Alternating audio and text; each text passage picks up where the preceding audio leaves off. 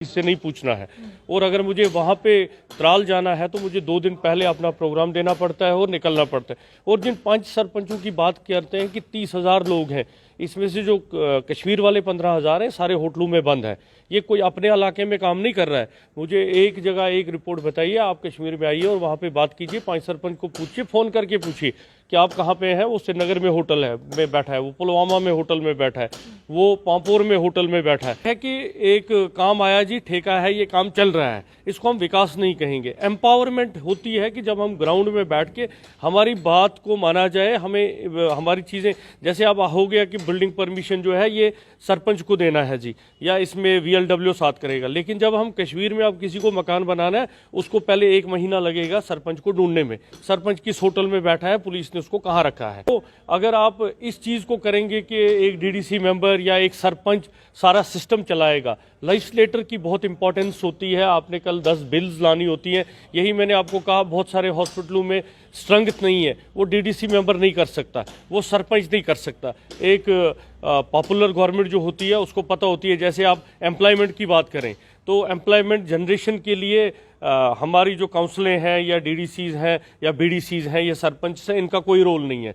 तो अगर हम ये चाहेंगे कि हम यही जो नुमाइंदे हैं जिनको हम काम नहीं करने दे रहे हैं, ये वो नुमाइंदे हैं जिनको काम नहीं करने दिया जा रहा है। कश्मीर में तो अंदर है, मुझे जम्मू का नहीं पता है, लेकिन आप कश्मीर में बात कीजिए, आप कश्मीर में आइए, आप देखिए 5 सरपंच को बाहर जाने की इजाज़त नहीं है मर्जी के बगैर।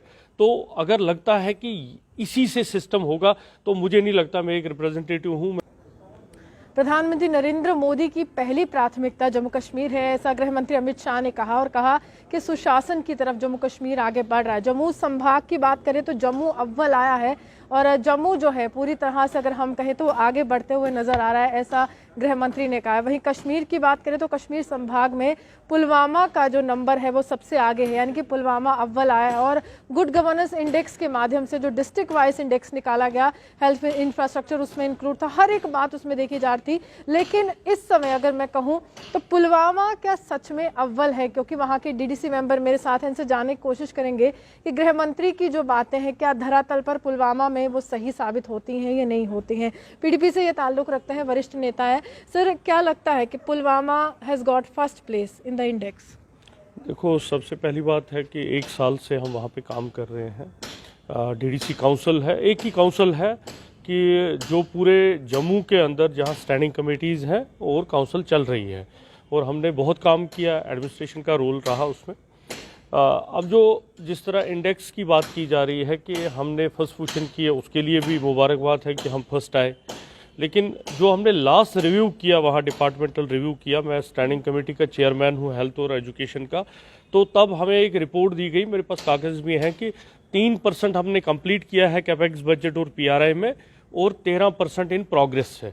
तो हम 16% की बात करके लें तो चलो कुछ दिन हो गए, हम 4% और ले लेते हैं।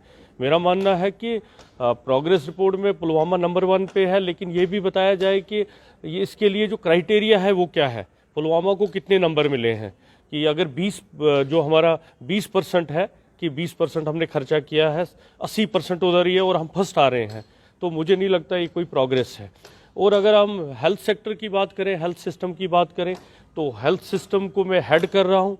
हेल्थ सिस्टम में अगर हम सिर्फ कोविड और इसकी बात करें तो वहाँ तक नहीं चलेगा। वैक्सीनेशन और कोविड का हमने इतना वैक्सीनेशन कर लिया और हमने ये कर लिया, उसमें नंबर 1 नहीं है। जो असली जो स्ट्रक्चर्स हैं, मैं त्राल वाले हॉस्पिटल की बात करूँ, बहुत त्राल सुर्खियों में रहता है, तकरीबन 5 साल 6 साल पहले उसको सब डिस्ट्रिक्ट का नाम दिया गया है, लेकिन CHC का स्टाफ है, आज तक उसमें अपग्रेड नहीं हुआ। इसी तरह कई बिल्डिंगें बनी हुई हैं पुलवामा में हॉस्पिटल की, आज तक हैंडओवर टेक ओवर नहीं हुआ है। तो जो ये बात कही जा रही है, लेकिन DDC मेंबर कितने मजबूत हुए हैं? क्योंकि अगर हम देखें तो गृह मंत्री हमेशा सदन में यही कहते हैं कि पंचायती राज सिस्टम मजबूत हुआ है, कहते हैं कि वहाँ पर एक चिड़िया की भी मौत नहीं हुई है, हिंसा भी नहीं हुई, और धरातल पर बिल्कुल निचले स्तर पर लोकतंत्र पहुंचा है। देखो, मौत नहीं हुई है, मिलिटेंसी डिक्लाइन होने का वो मतलब नहीं होता, क्योंकि जब निकले नहीं तो सारे 5 सरपंच DDC BDC को होटलों में बंद किया जाता है। अगर हमने वहाँ पे मूवमेंट करनी है, मैं यहाँ जम्मू में हूँ, मुझे मूवमेंट करनी है, मुझे किससे नहीं पूछना है।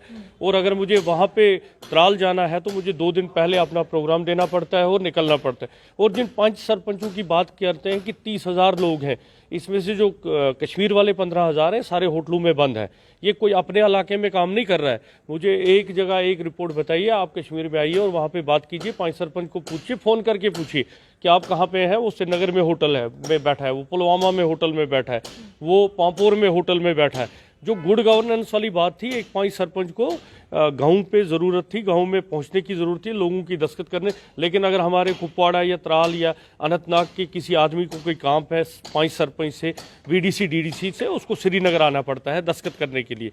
तो जो कहने की बात है, वो जो विकास जिसकी बात लगातार गृह मंत्री करते हैं वो भी कश्मीर में देखने को नहीं मिला। देखो विकास क्या होता है, आप देखो 2 कंपैरिजन है। एक है कि एक काम आया जी, ठेका है, ये काम चल रहा है, इसको हम विकास नहीं कहेंगे। एम्पावरमेंट होती है कि जब हम ग्राउंड में बैठ के हमारी बात को माना जाए, हमें हमारी चीज़ें, जैसे अब हो गया कि बिल्डिंग परमिशन जो है ये सरपंच को देना है जी, या इसमें VLW साथ करेगा। लेकिन जब हम कश्मीर में अब किसी को मकान बनाना है, उसको पहले 1 महीना लगेगा सरपंच को ढूंढने में, सरपंच किस होटल में बैठा है, पुलिस ने उसको कहाँ रखा है।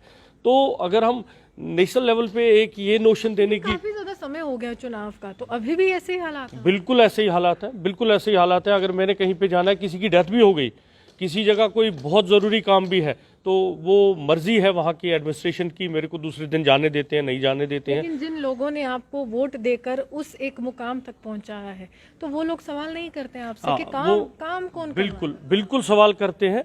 हम अगर हफ्ते में 1 बार निकलते हैं, हम अपनी परफॉर्मेंस पे लगे हैं, अकाउंटेबिलिटी पे लगे हैं। और जो 70 लाख रुपया हमें मिला है, जिसका हमने प्लान बनाने की दी, हमने तो सेम डे बना के दे दिया था।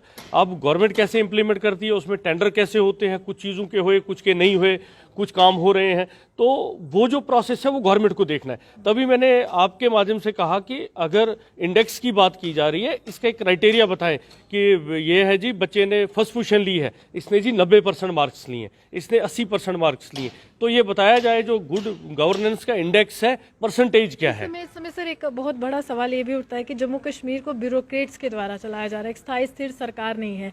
आप डीडीसी मेंबर हैं, आपको लोगों ने जिताकर एक मुकाम तक पहुंचाया है, तो क्या कॉपरेशन है कश्मीर में ब्यूरोक्रेट्स की आपकी? बहुत कम, बहुत मुश्किल। पुलवामा डिस्ट्रिक्ट में तो है, पुलवामा डिस्ट्रिक्ट में मैंने आपको कहा कि पुलवामा